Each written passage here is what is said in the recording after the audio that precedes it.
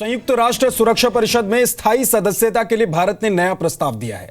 इस प्रस्ताव पर अगर स्थायी सदस्य देशों में सहमति बन जाती है तो यूएन सिक्योरिटी काउंसिल में भारत परमानेंट मेंबर हो जाएगा। यूएन में स्थायी सदस्यता के लिए G4 का प्रस्ताव।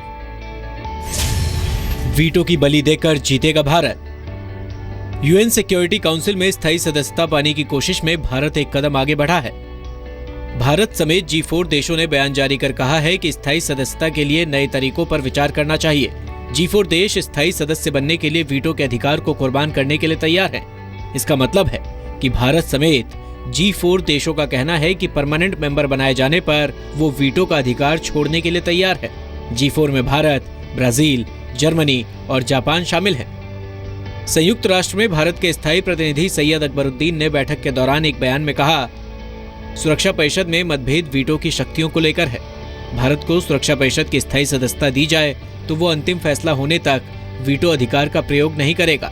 सुरक्षा परिषद में सुधार के लिए सदस्य देश स्थायी और अस्थायी सदस्यता में विस्तार का समर्थन करते हैं। G4 देशों ने कहा कि ये दुर्भाग्यपूर्ण है कि अभी तक उन्हें कोई सही राय नहीं मिली है। कुछ देश पुराने ठुकराए गए प्रस्तावों को दोबारा पेश कर रहे हैं।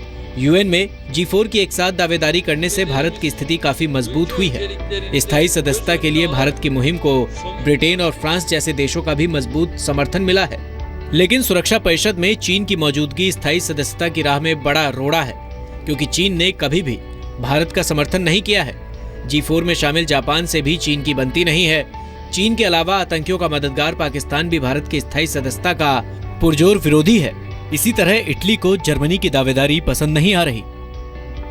1945 में गठित सुरक्षा परिषद में चीन, फ्रांस, रूस, ब्रिटेन और अमेरिका 5 स्थायी सदस्य हैं। 10 स्थायी सदस्यों का चुनाव 2 साल के लिए किया जाता है। स्थायी सीट के लिए पीएम मोदी ने दुनिया में कई देशों से समर्थन के लिए बात भी की है। भारत दुनिया में दूसरी सबसे तेजी से बढ़ती अर्थव्यवस्था भी है और एक जिम्मेदार परमाणु शक्ति के रूप में जाना जाता रहा है। 1.25 अरब की आबादी वाले देश भारत की दावेदारी को नजरअंदाज नहीं किया जा सकता। ब्यूरो रिपोर्ट, जी मीडिया।